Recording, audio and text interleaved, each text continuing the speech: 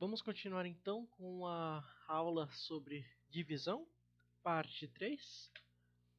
Nessa aula eu queria que vocês entendessem o conceito de divisão, a divisão exata e com o resto, o teorema da divisão euclidiana, a divisão inteira com o resto e o algoritmo que a gente utiliza no nosso dia a dia para a divisão, certo? Bom, o que seria a divisão então? Bom, a gente aprendeu que a multiplicação ela é a notação quando a gente quer falar da soma sucessiva de um mesmo número várias vezes, né? A divisão, então, ela representa uma subtração sucessiva do mesmo número. Vamos pegar um exemplo aqui. Imagina que uma padaria tem 21 pães no final do turno e a gente quer distribuir igualmente para 3 pessoas que trabalham lá. Quantos pães terá cada pessoa? Bom, a gente pode entender essa questão como quantas vezes podemos retirar 3 pães de 21 pães até chegar a zero, certo? Então, por exemplo, se eu tirar uma vez, isso dá um pão para cada um pão para cada pessoa, né? Vai sobrar ainda 18 pães. Eu tiro mais 3 desse conjunto, sobra 2 pães para cada pessoa, fica 2 pães para cada pessoa e 15 pães me restam. Eu vou fazendo isso sucessivamente. Tiro 3, fica 12. Tiro mais 3, fica 9. Tiro mais 3, fica 6. Tiro mais 3, resta 13. Tiro 3 e resta 0. Aí eu conto quantas vezes eu consegui retirar 3 pães do meu conjunto de 21 pães. Certo? Se eu contar, foram 7 vezes. Logo, cada pessoa ela vai levar 7 pães. E todos os pães foram distribuídos. Porque restou 0 pães no final. Nota que 21 dividido por 3 ser igual a 7 e 21 ser igual a 3 vezes 7 mostra diretamente que a multiplicação e divisão são operações inversas, certo? Assim como a soma é operação inversa da subtração, a multiplicação é a operação inversa da divisão. Um outro exemplo que a gente pode usar são cartas. Um baralho comum a gente tem 52 cartas. Imagina que a gente tem um jogo que a gente precisa distribuir igualmente essa quantidade de cartas para 4 jogadores. Quantas cartas cada jogador receberá? Bom, ao invés de eu ficar tirando de 4 em 4 do conjunto de 52 cartas, a gente pode pegar então um múltiplo de 4 para tirar de 52. Por exemplo, eu sei que 3 vezes 4 é igual a 12, certo? Então, se eu tirar 12 cartas, é a mesma coisa que eu distribuir 3 cartas para cada um dos 4 jogadores, certo? Então, se eu pegar 52, tirar 12, ainda me sobram 40 cartas para distribuir para as 4 pessoas. A gente também sabe que 10 vezes 4 é igual a 40, que seria o mesmo que entregar 10 cartas para cada jogador. Se a gente tirar 40 cartas das 40 restantes da conta anterior, sobram 0 cartas. Agora é só a gente somar a quantidade de cartas que cada jogador recebeu. A primeira eu tirei um múltiplo de 4 que era o 3, e a outra eu tirei um outro múltiplo que era o 10. Né? 10 vezes 4, 10 vezes 4, e aí eu vou somar os dois, isso dá 10 cartas mais 3 cartas, ou seja, 13 cartas para cada jogador. Até agora a gente viu algumas divisões exatas. Mas e para as divisões que elas não são exatas, as divisões que elas têm resto? Bom, para esse tipo de divisão, a gente vai continuar aplicando o mesmo tipo de pensamento. Só que, ao invés de fazer até dar zero, o resto, a gente espera que o restante, né, ele seja um número menor do que o número que eu estou dividindo e maior que zero. Vamos ver um exemplo. Imagina num salão de festa tem 270 cadeiras e que cada mesa desse salão de festas precisa ter 7 pessoas. Quantas mesas então serão precisas e quantas cadeiras ficarão sem mesa? Bom, vamos imaginar então que se a gente precisa de 7 pessoas para cada mesa, então a gente vai precisar de múltiplos de 7. Ok? O que acontece? A gente já sabe que 7 vezes 3 é igual a 21. Certo? Então 21 é um múltiplo de 3. O que a gente pode fazer? Desculpa, 21 é um múltiplo de 7. O que a gente pode fazer? A gente multiplica esse resultado por 10. Se a gente multiplicar esse resultado por 10, a gente pode ter ali, ó, 3 vezes 10, 30. Então a gente descobre que 7 vezes 30 dá 210. Então, ao invés de ficar fazendo de 7 em 7, eu já posso tirar 210, porque eu sei que isso equivale a 30 mesas. Então, se a gente tirar 270 menos 210, vai ficar 60 cadeiras ainda restantes para a gente fazer a conta. Um outro resultado conhecido da tabuada do 7 seria o 7 vezes 8, que é igual a 56.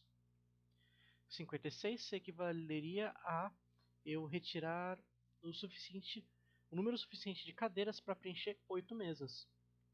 Então, eu pego as 60 cadeiras, tiro as 56 e me sobram 4. 4 não me é suficiente para montar uma outra mesa, porque eu preciso de 7. E olha só, o 4 ele é menor que o divisor e é maior que 0. Então a gente fala que o 4 ele é o resto da divisão de 270 por 7.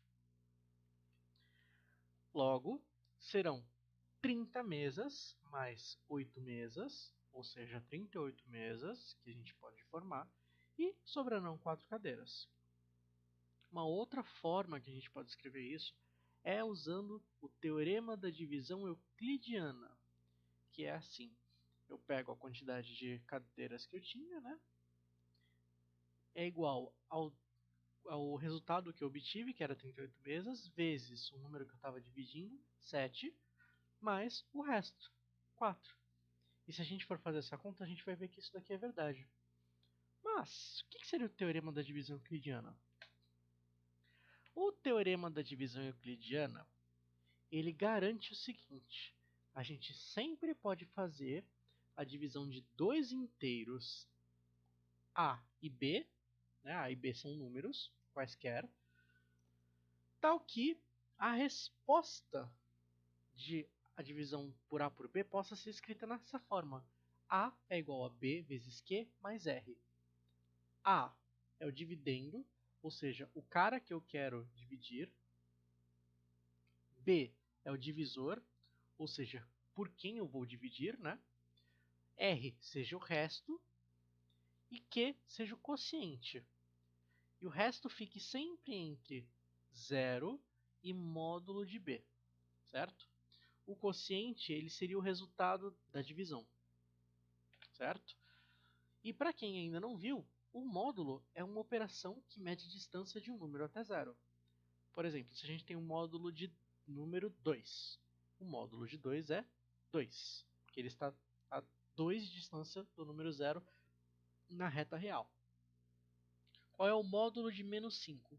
O módulo de menos 5 é 5, porque ele está a 5 de distância do zero na reta real. Isso significa, nessa frase ali de cima, que o resto ele é sempre zero ou positivo menor que o módulo de B. Isso garante que o resto nunca é negativo. Ou ele é zero ou ele é positivo. Beleza. Então olha só. A gente provavelmente vocês já viram o algoritmo da divisão que a gente utiliza chaves, né? Então, quem é quem aqui nessas chaves? O A ele é o dividendo, o B é o divisor, o R o resto, o Q o quociente. Como é que a gente rearranja isso aqui?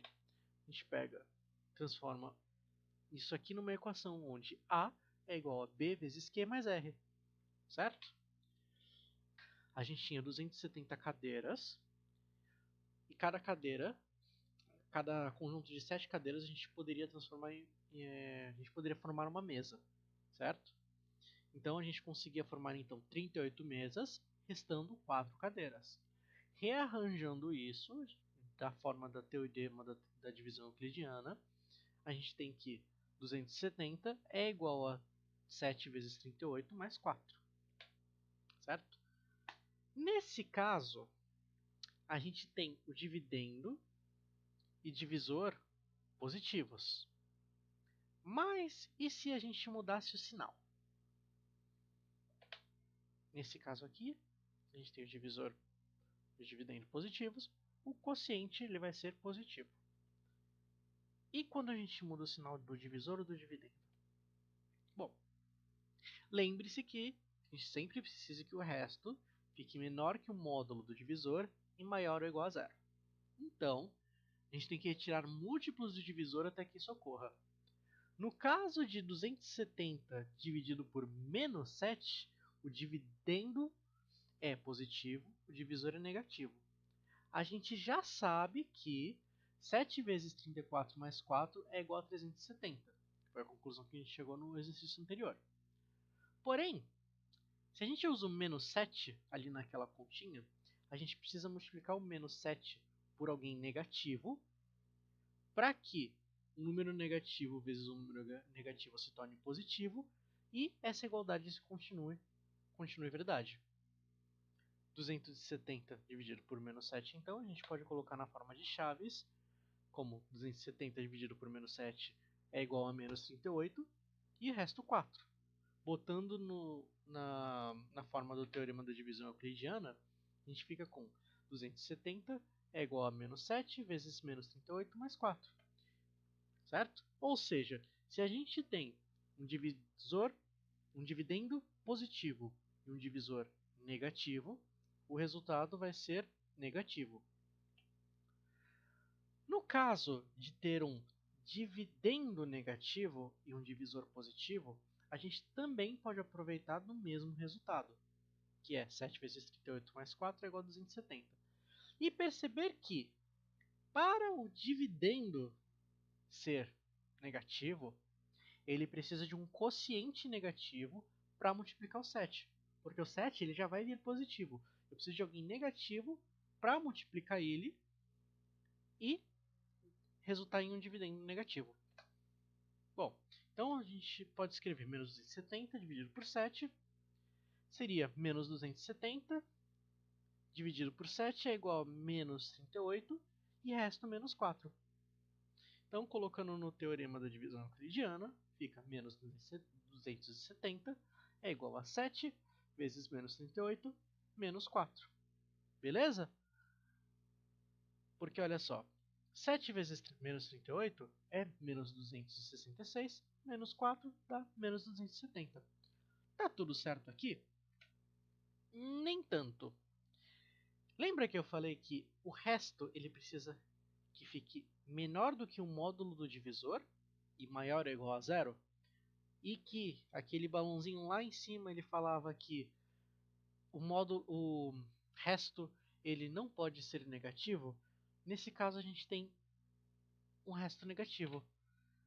E o que a gente tem que fazer então? Olha só. A gente lembra que a gente precisa que o resto seja positivo ou zero. Partindo disso, a gente vai aplicar o mesmo pensamento de antes. A gente sabe que 7 vezes menos 38 dá menos 266. E se a gente retirar menos 266 de menos 270? Isso vai ficar, então, menos 270 menos 266. Pela regra do oposto, né? Quando eu tenho menos de um número negativo, eu quero o oposto desse número negativo. Ou seja, menos 270 mais 266. Isso dá menos 4. Ok? Como o resto não pode se dar negativo, então a gente pode utilizar a subtração do resto por 7 vezes menos 1, que é menos 7, para tornar esse resto positivo. Então a gente vai tirar mais um múltiplo de 7, que nesse caso seria o menos 7. E quando a gente tira, o que vai acontecer? Olha só. Menos 4 com menos 7, eu quero o oposto do menos 7, vai ficar mais 7. Menos 4 com mais 7 é a mesma coisa que escrever 7 menos 4, ou seja, 3. Então, se a gente ver o quociente, a gente já tinha o resultado de menos 38. E agora, eu somo ele, né, com o menos 1, que foi o que eu subtraí do resto. Então, menos 38 com menos 1, menos 39, e o resto é igual a 3. Então, colocando isso no teorema da divisão euclidiana, a gente pode ver o seguinte: menos 270 dividido por 7. A gente pode escrever dentro das chaves como menos 270 dividido por 7 é igual a menos 39, resto 3, resto positivo. Ou seja, a gente pode escrever como menos 270 é igual a 7 vezes menos 39. E como 7 vezes menos 39 é igual a menos 273, é só a gente somar mais 3 a ele. É só a gente somar mais 3 a ele que essa equação, essa expressão, vira verdade. Ok? E nesse caso eu tenho um dividendo negativo e um divisor positivo, que resulta em um quociente negativo. E no último caso, a gente pode ver claramente que a regra de sinal também é válida, que é quando a gente tem um divisor negativo e um dividendo negativo. Nesse caso, menos 270 dividido por menos 7 dá igual a menos 39, quociente positivo, e o resto 3. Certo? Nesse caso aqui, menos 7 com 39 dá menos 273. Basta a gente somar 3 para essa expressão ficar verdade também e perceber que, quando o divisor é negativo e o dividendo é negativo, basta que a gente faça a conta para perceber que o quociente será positivo. E o algoritmo? Vamos resolver essa conta aqui no whiteboard, para a gente poder ver como é que a gente aplica o algoritmo.